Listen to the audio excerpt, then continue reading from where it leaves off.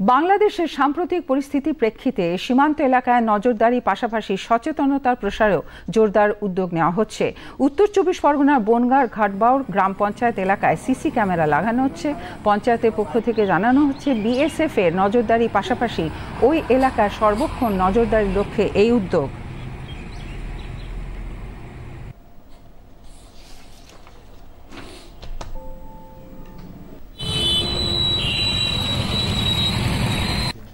আপাতত 55টি CC camera লাগিয়েছি ঘাটবাউর পঞ্চায়েতের অন্তর্গত এলাকা।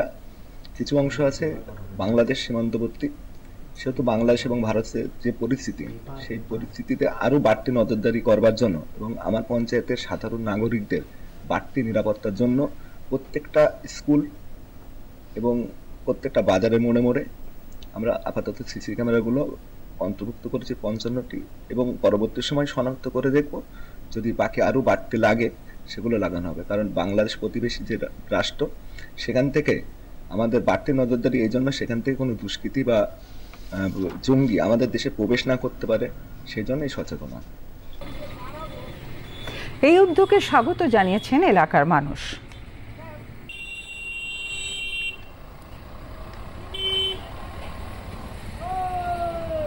আজকে ঘাটবাউর গ্রাম পঞ্চায়েত যেভাবে সিসিটিভির আওতায় আনা হয়েছে, এই পঞ্চায়েতের এই উদ্যোগকে আমি সাধুবাদ জানাই।